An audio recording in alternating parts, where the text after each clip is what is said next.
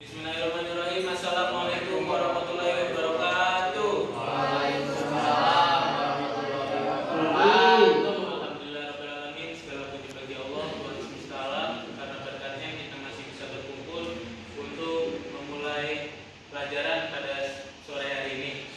Salawat serta salam kita curahkan ke baginda Nabi besar Muhammad sallallahu alaihi wasallam, karena berkatnya lah yang sudah membawa umatnya dari masa kebodohan atau kegelapan menuju masa yang penuh ilmu dan terang benderang seperti sekarang. Yang terhormat kepada Pak Zaini Al Wahyu sebagai dosen pengaku agama Islam 3 di semester 3, dan juga kawan-kawan sekalian yang saya hormati. Izinkan saya dan kawan-kawan saya dari kelompok 1 agama ingin mempresentasikan materi yang berjudul makna dan hikmah wudu.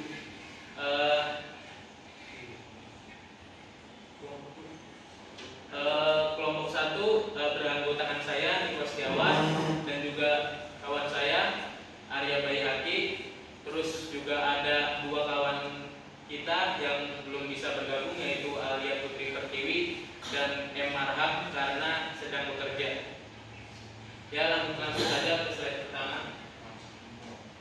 Wudu adalah proses penyucian diri yang dilakukan umat Islam sebelum melaksanakan ibadah seperti sholat. Selain aspek fisik, wudu juga memiliki makna spiritual yang mendalam. Proses ini melibatkan pencucian beberapa anggota tubuh seperti tangan, wajah, dan kaki dengan niat yang tulus untuk membersihkan diri dari hadas kecil, sehingga seseorang siap melaksanakan ibadah dalam kondisi suci. Dari segi fisik, wudu membersihkan kotoran, virus, dan bakteri dari telinga, hidung, dan mulut yang dapat mencegah penyakit. Serta spiritual wudu mengajarkan nilai-nilai kesucian dan kebersihan batin, serta berfungsi sebagai sarana untuk mendekatkan diri kepada Allah dan meningkatkan kualitas ibadah. Makna wudu. Secara etimologis, wudu berasal dari Arab al-wudu yang berarti membasuh sebagian anggota tubuh. Dalam konteks syariat, wudu adalah proses membasuh anggota tubuh tertentu dengan niat untuk menyucikan diri sebelum melaksanakan ibadah, terutama sholat. Selain kebersihan fisik, wudu memiliki makna spiritual sebagai sarana mendekatkan diri kepada Allah dan mempersiapkan jiwa sebelum beribadah. Wudu wajib dilakukan sebelum sholat, tawaf, dan menyentuh Al-Quran. Selain itu, wudu juga dianjurkan sebelum berzikir, menjelang tidur, dan saat melakukan berbagai aktivitas seperti belajar atau menerima ilmu. Bagi yang mengalami kesulitan berwudu, tayamum yaitu mengusapkan debu pada wajah dan tangan menjadi alternatif sebagai ganti wudu atau mandi. Dalil terkait wudu ada di Quran surat Al-Maidah surah ke-5 ayat ke-6.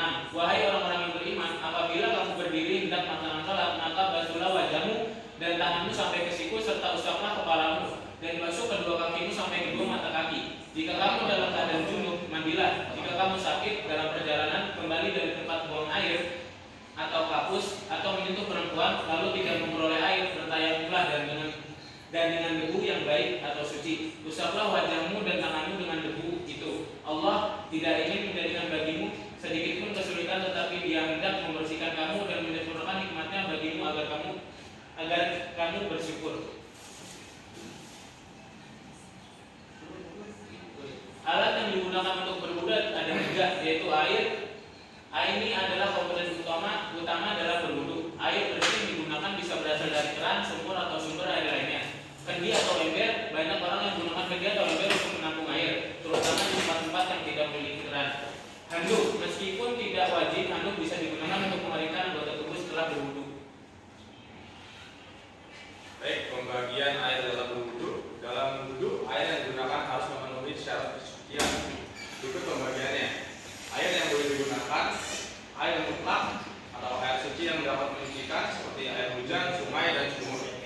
Kemudian yang kedua, air zam-zam. Air dari sumur zam-zam di Mekah juga diperbolehkan untuk berwudu. Dan ada juga air yang tidak boleh digunakan, yaitu yang pertama air najis atau air yang tercampur najis atau kotoran.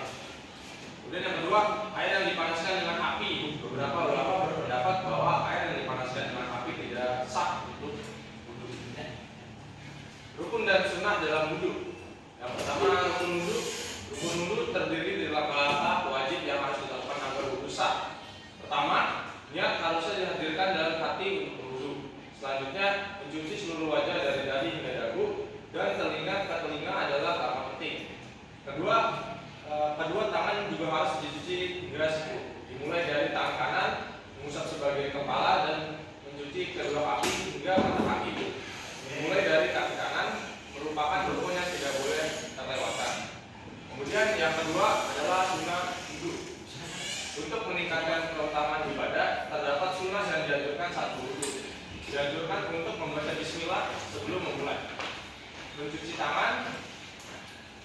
sebelum wajah serta melaksanakan sunnah lain seperti mencuci wajah dan kaki juga 3 kali. Setelah selesai berwudu, membaca doa menjadi penutup yang penting dengan memahami dan melaksanakan rukun serta sunnah ini. Wudu dapat dilakukan dengan lebih sempurna, meningkatkan kualitas ibadah. Dan berikut adalah hal-hal yang membatalkan wudu. Wudu dapat batal karena beberapa hal sebagai berikut. Yang pertama, keluar angin. Yang kedua, buang air kecil atau besar. Yang ketiga, tidur nyenyak. Dan yang keempat adalah bersentuhan kulit antara laki-laki dan perempuan. Hikmah disyariatkannya wudu mengandung hikmah penting baik fisik maupun spiritual. Secara fisik, wudu menjaga kebersihan tubuh, sementara secara spiritual, wudu mempersiapkan hati dan pikiran sebelum sholat. Praktik wudu yang rutin juga menumbuhkan rasa takwa dan kesadaran akan pentingnya kesucian. Setiap langkah dalam wudu dihitung sebagai amal baik, sehingga memahami tata cara wudu membantu muslim beribadah dengan lebih khusyuk kepada Allah Subhanahu wa Ta'ala. Dan yang terakhir adalah kesimpulan. Kesimpulan ini ada 4 poin. Poin yang pertama yaitu wudu merupakan syarat sah dalam melaksanakan sholat yang memiliki makna mendalam baik secara fisik maupun spiritual. Yang kedua, dalil dari Al-Quran dan hadis menegaskan pentingnya wudu dalam kehidupan seorang muslim. Yang ketiga, alat dan air yang digunakan untuk memenuhi syarat kebersihan untuk menjaga keabsahan wudu, sementara pemahaman tentang hal-hal yang membatalkan wudu membantu menjaga kesucian. Dan yang terakhir, yang keempat adalah wudu bukan hanya ritual fisik, tetapi juga sarana untuk mendekatkan diri kepada Allah dan meningkatkan kualitas ibadah. Baik, mungkin untuk slide PPT dari kelompok 1 cukup sekian. Barangkali teman-teman ada yang ingin bertanya, monggo silakan untuk Mas Ari, silakan. Yang pertama, hal-hal apa saja yang dapat membatalkan wudu? Apa saja yang dapat membatalkan wudu? Oke, baik. Selanjutnya, Saya mana dia?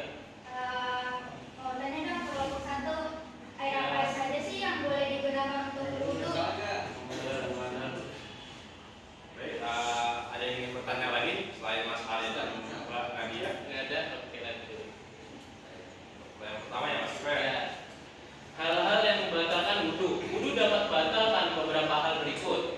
Keluar angin, mengeluarkan angin dari dubur, buang air kecil atau besar, melakukan aktivitas buang air, tidur nyenyak, tidur yang membuat seseorang tidak sadar akan kesadaran dirinya, bersentuhan kulit antara laki-laki dan perempuan tanpa adanya penghalang atau mahram.